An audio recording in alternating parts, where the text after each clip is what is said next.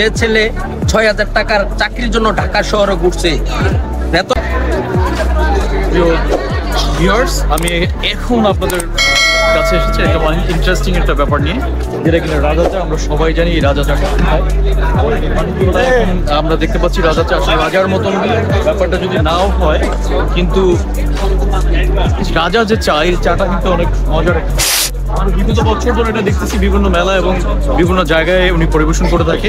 আমরা আজকে এসেছি এখানে ওনার সঙ্গে খানিকটা সময় আমরা কাটাবো এবং কিভাবে উনি এই রাজা যা পরিবেশন করে সেই বিষয়বস্তুগুলো আমরা জানবো এবং ইনগ্রিডিয়েন্টস জানার চেষ্টা করবো খুঁটিনাটি।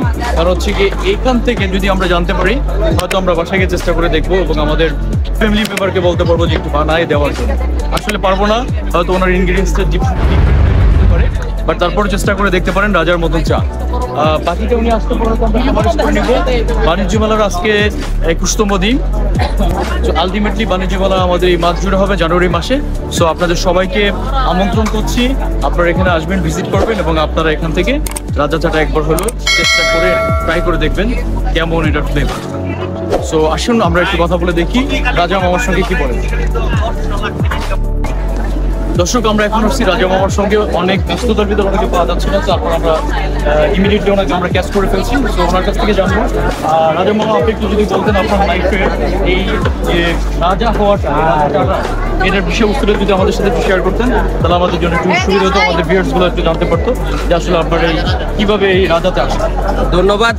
মামা কিন্তু শুরুতে বলছে ব্যস্ত, আসলে ব্যস্ত। আপনি চিন্তা করেন, যে ছেলে ৬,০০০ টাকার চাকরির জন্য ঢাকা শহরে ঘুরছে, বেতনে চাকরির ৬,০০০ টাকা পায়নি, সেই ছেলে কিন্তু এখন ১২ থেকে ২৮,০০০ টাকা বেতনে ৮২ জন কর্মচারী চালাচ্ছে। এক এক করে ২৮টা দোকান হয়েছে ৩,০০০ টাকা পুঁজি দিয়ে। শুরুতেই মামা বলেছে ব্যস্ত। আসলেই মানুষ কর্মসংস্থান তৈরি করলে ব্যস্ত হওয়াটাই স্বাভাবিক। এই জন্য আমি কিন্তু অনেক ব্যস্ততার ভিতরেই, তার কারণে উনি বলছে যে মামা অনেক ব্যস্ত। ধন্যবাদ। আপনাদের জন্য ব্যস্ত না, ব্যস্ত আপনারা করছেন, তার জন্য ব্যস্ত হয়ে গেছি। আমি একটা ভ্যান গাড়ি থেকে, দুবাই থেকে এসে বাংলাদেশে একটা ভ্যান গাড়ি থেকে ২৮টা দোকান। আমাকে কয়দিন আগে এক সাংবাদিকে প্রশ্ন করছিল যে রাজা মামা, মানুষ তো পাইলট হওয়ার স্বপ্ন দেখে, বিভিন্ন স্বপ্ন দেখে, ডাক্তার হওয়ার স্বপ্ন দেখে, ইঞ্জিনিয়ার হওয়ার স্বপ্ন দেখে, আপনি কি স্বপ্ন দেখছিলেন? আপনি কি ছোট সময় বিখ্যাত হওয়ার স্বপ্ন দেখছিলেন? আসলেও আমি স্বপ্ন কি দেখতাম জানেন? ছোট্ট কথা, এক মুঠ যদি খাইবার পাইতাম পেট ভরে, এইটা আমার স্বপ্ন ছিল। অমুক ভাই বিয়ে হচ্ছে, আমাকে যদি দাওয়াত দিত, অন্তত ডাউল মাস এলে, গ্রামের বাসা হয়তো তখনের তরুণরা বুঝবে কিনা জানি না, মাসের ডাল দিত আগে। আর মিডুরি বলতে একটা শব্দ, চিনি গুলে একটা কি জানি পাক করতো, যে এটি হইলেও হইতো। মানে এরকম খাওয়ার স্বপ্ন দেখতাম। আসলেও মানুষ চেষ্টা করলে অনেক হয়। আমি কিন্তু দুবাই থেকে গয়নাগাটি নিয়ে, আমি কিন্তু চায়ের কেটলি নিয়ে এসেছি। আমরা চিন্তা করেন, আন্তর্জাতিক বাণিজ্য মেলা, এখানে কিন্তু স্টল নেওয়াটা অনেক বিশাল ব্যাপার। যে ছেলে ৩,০০০ টাকা ক্যাশ দিয়ে আজকে কোটি কোটি টাকা। আসলেও আমি এই সমাজকে মেসেজ দিতে চাই, রাজা মামার তো ৩,০০০ টাকা পুঁজি দিয়ে করছে। রাজা মামার কোনো যোগ্যতা নেই। রাজা মামার কোনো যোগ্যতা বলতে আপনাদের যেরকম বিএ পাস, বিএ অনার্স, বিমুখ ডিগ্রি, ডক্টর ডিগ্রি, বিভিন্ন ডিগ্রি নিয়ে করতেছেন, এটা আপনাদের অহংকার, আপনাদের ডাল তলোয়ার। কিন্তু রাজা মামা কিন্তু ওইটা নাই।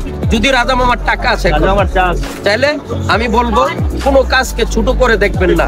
আপনারা সেটা যে কোনো স্থান থেকে আপনারা কাজকে মূল্যায়ন করবেন। আপনার পিছে আপনি যদি ভালো খেতাও সেলাইতে পারেন, দেখবেন দৌড়ে যাবে আপনার পিছনে। আপনি 50 জন লোক যখন বলবেন যে এইভাবে নকশি রেখা তাকাতাম, এটা আরো সৌন্দর্য, আরো পাখি, আরো মানে আরো হোল্ড মডেল, মানে বর্তমান উন্নত মডেলের 3Dর মতো ছবি করতে চাই, তাহলে আপনার এই খাতাটাও চলবে।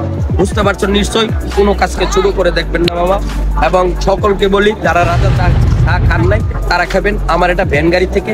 কক্সবাজার দোকান রয়েছে, লাবণী বিচে, চট্টগ্রাম, কাজিরদিরি, 16 শহর, নাসিরাবাদ এবং ঢাকা মিরপুরে, যেখানে রাজার রাজ্য সাজিয়েছি সেখানে। তবে একটা কথা বলে রাখি, যারা দম্পতি জীবনে আছেন তাদেরকেও বলবো, ঘরে কেউ বসে থাকবেন না।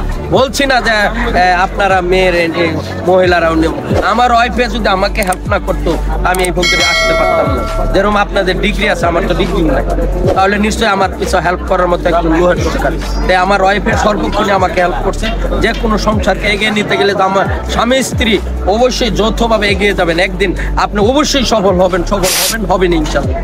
ধন্যবাদ মামা আপনার এই মূল্যবান সময় দেওয়ার জন্য এবং আপনার এই ব্যাক এন্ডে যে স্টোরি ছিল আপনার এই ডেভেলপমেন্টের জন্য।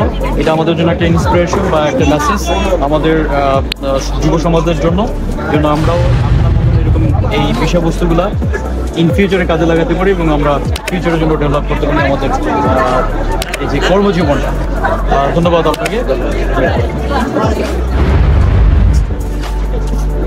Thank you.